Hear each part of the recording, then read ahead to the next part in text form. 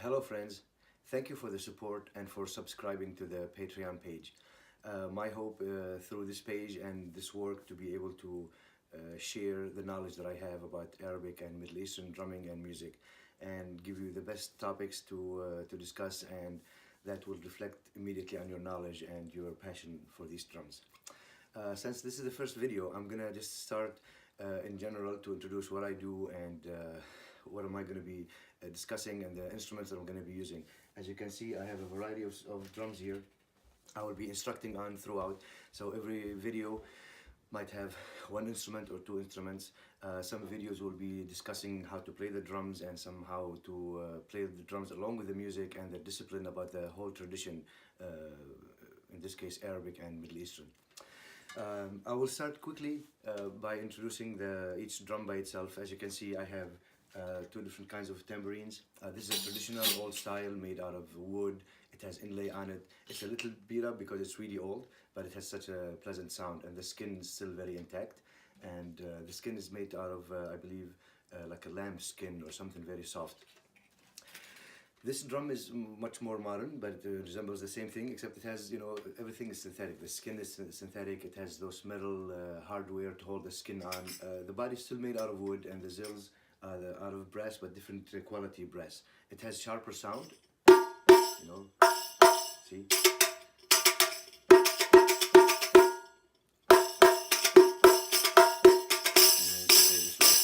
And for the old tambourine, the natural one, it has a much warmer sound. It's more pleasant, really. The only drawback that with the weather, it gets flat and it doesn't respond much. This one maintains the sharpness of it. So, but again, for this, you can notice the difference in the sound.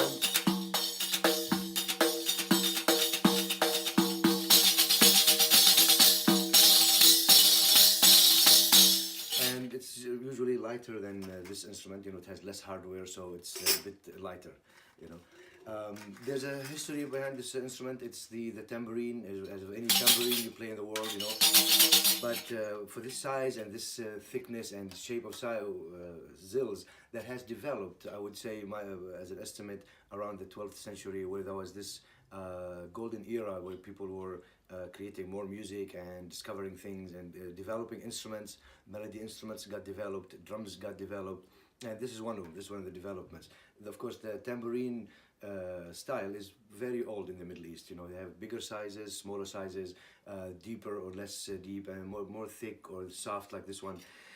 This one came at a certain time where it accommodated the new wave of music, the classical genre of Arabic singing, where this drum, with its size and thickness of the zills, it gave such a good complementary sound to that music in particular, especially with this sound.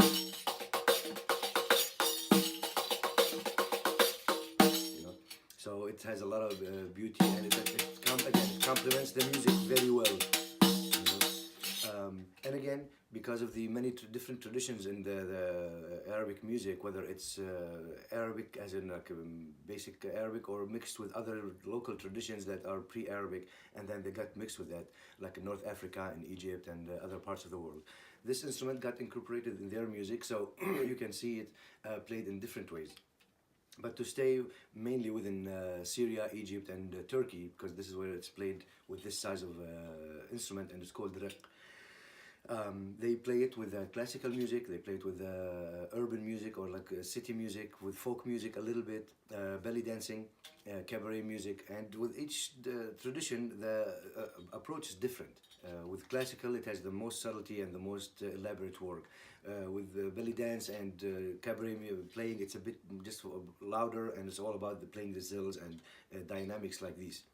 So you see, it varies from genre to the other. Again, in lighter urban songs, the same thing. You can go back and forth between loud and soft. So it's so flexible of an instrument, and it accommodates all kinds of Arabic music and Turkish also. So this is basically about the riq, and I really love it myself. It's such a great instrument, so sophisticated, and the style of playing and the whole thing. I will devote a whole video just to explain how to go about this instrument. So that's for the riq. As you can see, I have three different kinds of frame drums here. Frame drums are very popular in the Middle East.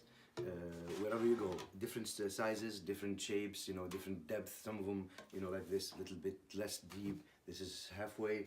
This is much deeper.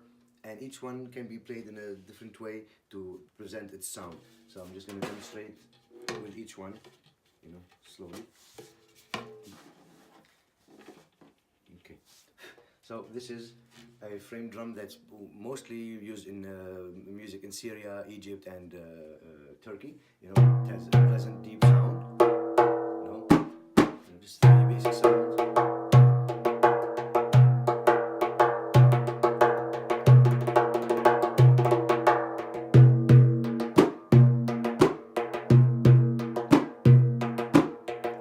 See the deep resonant sound, very good. Like it's very meditative sometimes.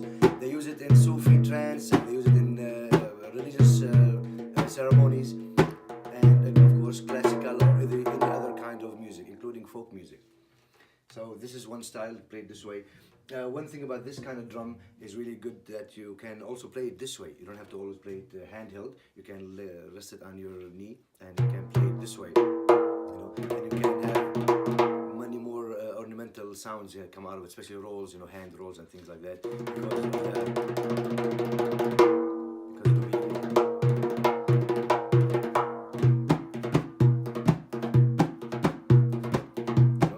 there's more use of the left hand in this case versus holding it in this hand. You might be able to do some rolls here, but it's mainly played this way.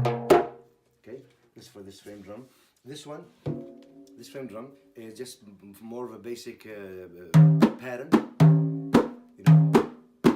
you see it has a different texture of sound, deeper dome, and then it can be used sometimes just for these individual slabs, like a syncopator of the beat, as ornament.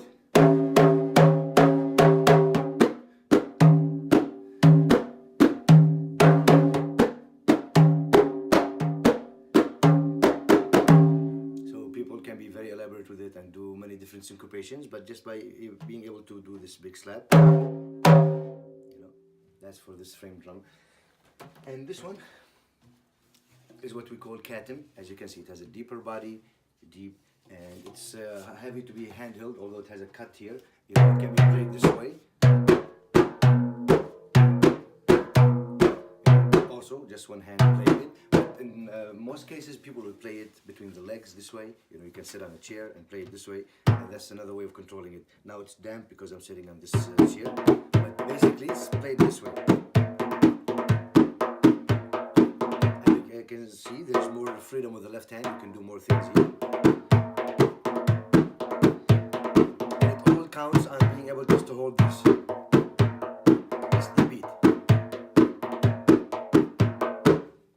That's basically for the katim. This drum in particular used in a few different genres, like mostly in belly dancing, urban music, cabaret, things where you need heavier sounds of drum. Like with the classical music, you don't really find it much as versus having this with classical music. It's softer, a bit easier to deal with, but this one is designated to carry the beat and just be played in a certain way, and most of the time with strength and pressure. Okay, so this is for those drums. You have this one more drum here that's called dhulla. It's a bass drum. It's bigger than the dirbaki, the one that we use, the solo drum. So this one also just for backup beat, and it has job mainly just to be able to play the beats and hold them this way.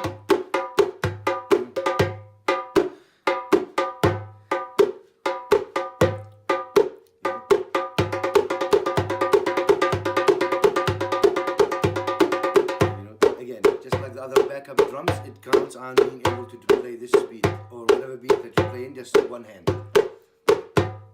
Okay, so this for the dhulla. And finally, the dirbaki drum. This can be considered a solo drum, but it's also a leading drum. It leads the whole ensemble sometimes. It has the variety. It has the strings of the big drum, tack, slaps, and then those kind of sounds when you can change the sound by muting. And substituting.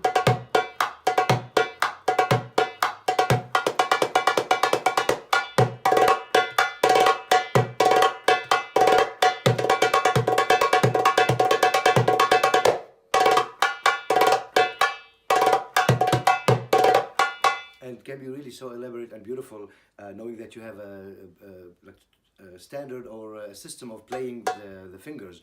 Some double stroke style of playing. You can do the rolls with double stroke on one finger by bouncing it. The other style is the two fingers, like ring to index, with the right hand, of course, to make the rolling sound. And another more modern style, flip the movement into the index to the ring.